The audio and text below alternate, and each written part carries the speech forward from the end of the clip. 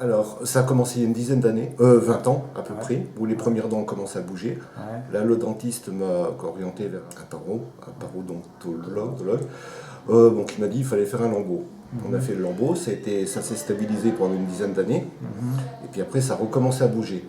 Ah ouais, Et puis, principalement au fond, il y a une molaire qui a commencé à lâcher. ouais.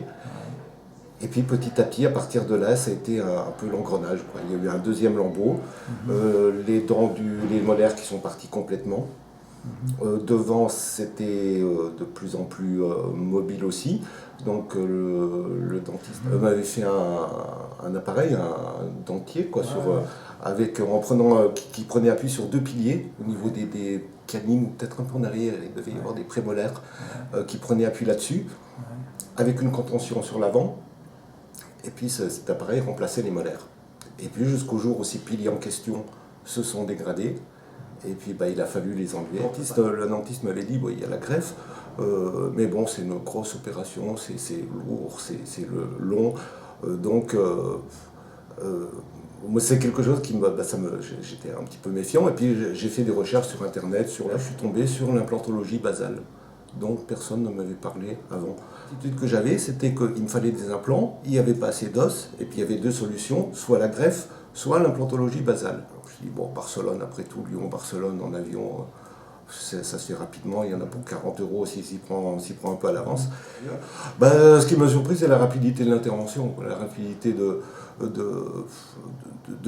entre le moment où je voyais ces dents complètement délabrées, euh, quand il y avait ces piliers qui avaient commencé à lâcher, on me disait bah, il faut les enlever, alors il faut refaire un autre appareil qu'on va fixer, mais j'avais l'impression que ça se fixerait n'importe comment sur des dents qui bougeaient elles-mêmes. J'avais l'impression que c'était vraiment une solution, mais plus même à peine provisoire, qui peut-être une échéance de quelques mois, c'est tout.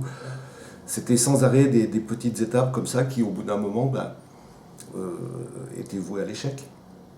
Et puis là, bah, c'était vraiment la solution définitive. Enfin, moi, je le ressens comme ça. Et après, bah, une fois que la prothèse est posée, on fait attention pendant quelques jours, on sent qu'il y a quelque chose, mais en 4-5 jours, ça s'est complètement estompé. C'est, non, mais c'est la solution.